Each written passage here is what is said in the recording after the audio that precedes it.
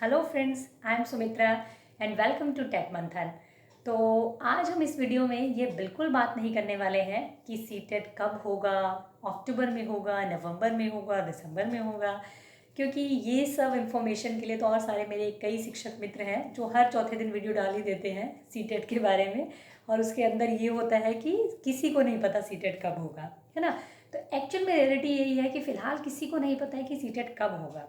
But इस video में हम बात करेंगे एक ऐसे चीज़ के बारे में जो मैं ये कहना चाहूँगी, आप लोगों के ही कुछ रिव्यूज़ हैं, कुछ व्यूज़ हैं सीटेट के पोस्टपोन होने को लेकर के, कि वो क्या फ़ायदेमंद है वाकई में ही, क्या नुकसानदायक है वाकई में ही, और अगर फ़ायदेमंद है तो किस तरीके से है और नुकसानदायक है तो किस तरीके से है। और आप लोगों के ही कुछ व्यूज़ मैं रखना चाहूँगी। अगर आप स्टूडेंट हैं तो आपका क्या व्यू है, ठीक है, अगर आप एक हाउसवाइफ है तो आपका क्या व्यू है इस बारे में, वही मैं आप लोगों के साथ आज शेयर करना चाहूँगी। तो अगर मैं पहले बात करूँ स्टूडेंट कैटेगरी के बारे में, स्टूडेंट तो देखो हम सभी हैं। अगर हमें किसी एग्ज़ाम की प्रिपरेशन कर रहे हैं तो हम स्टूडेंट हैं, और ज़िंदगी भर एक इंसान एक स्टूडेंट रहे, ये बहुत अच्छी बात है ताकि वो लर्न करता रहे, है ना। लेकिन एक जो टिपिकल स्टूडेंट मैं जिसको कहूँ, यानी कि फ़िलहाल जिसका ध्यान सिर्फ और सिर्फ अपनी स्टडीज़ पे है, ठीक है, मतलब उसके ऊपर बाकी रिस्पॉन्सिबिलिटीज़ नहीं है। अगर आप अनमैरिड है, जैसे कि कोई गर्ल है या बॉय है जो अगर आपकी मैरिज नहीं हुई है अभी, या फिर आप कहीं पर वर्किंग नहीं है, सिर्फ आपके पास में ये है कि आपकी मम्मा आपके लिए खाने बनाने वाली है, आराम से आपको खाना बना हुआ मिलता है और आपको सिर्फ पढ़ने पे ध्यान देना है। मम्मी कहती है कि बेटे तुम सिर्फ पढ़ने पे ध्यान दो, बाकी सब मैं संभाल लूँगी, है ना। तो अगर इस टाइप से आपकी जो स्टडी है वो चल रही है, आप इस कैटेगरी में है फ़िलहाल, तो आपके लिए क्या है कि सीटेट फ़ायदेमंद है या नुकसानदायक है। उससे ज़्यादा एक बड़ी चीज़ जो आप लोगों को फेस करनी पड़ रही है वो ये है डीमोटिवेशन, है ना। कि पढ़ते पढ़ते पढ़ते पढ़ते जब आपको ये नहीं पता होता कि कितना और दिनों तक पढ़ना है, ठीक है, जैसे कि हम कहें कि हम किसी रास्ते पर चल रहे हैं और हमें ये नहीं पता कि हमारी मंजिल जो है वो कब आने वाली है, तो चलना थोड़ा सा मुश्किल हो जाता है, थकावट होने लगती है। और अगर हमें ये पता हो कि आधे घंटे बाद या 1 घंटे बाद हम अपने डेस्टिनेशन पे पहुंच जाएंगे, तो कदमों का थोड़ा जोश जो है वो बढ़ जाता है ना। तो यही वाला केस यहाँ हो रखा है।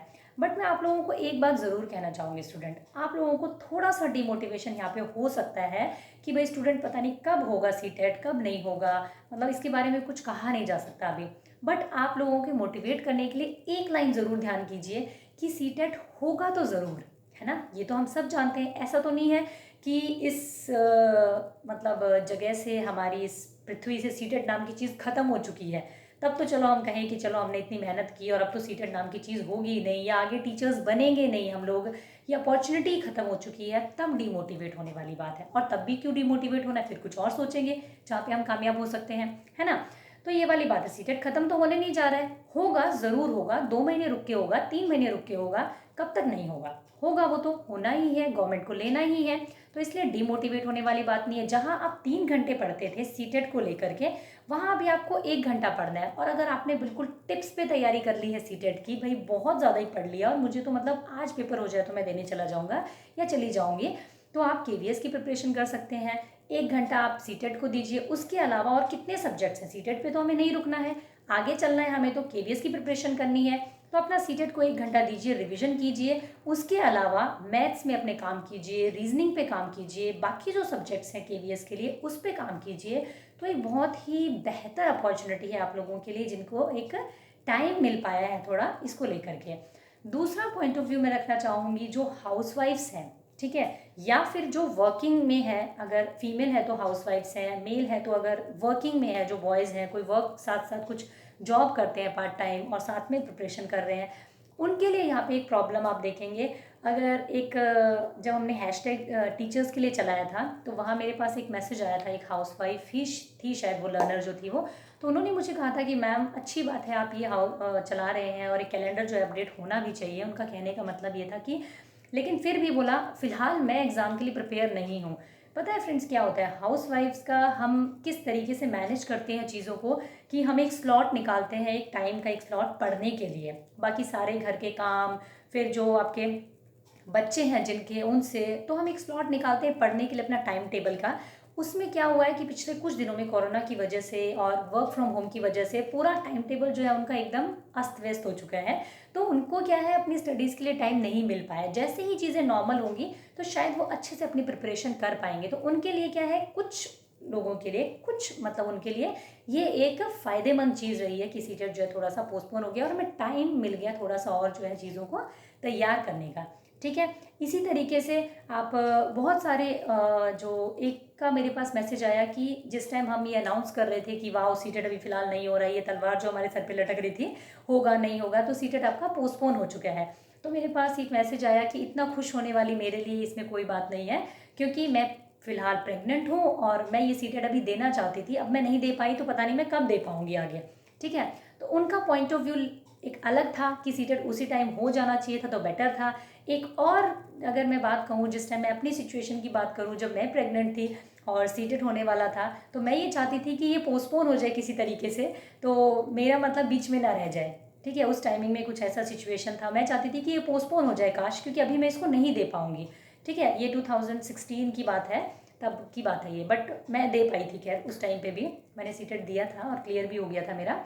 तो ऐसे बहुत सारे व्यूज़ हैं, ऐसे बहुत सारे पॉइंट ऑफ व्यूज़ हैं, मतलब अलग अलग सब लोगों के लिए ये, किसी के लिए बेनिफिशियल भी है, किसी के लिए थोड़ा सा डीमोटिवेट होने का कारण बन रहा है ये।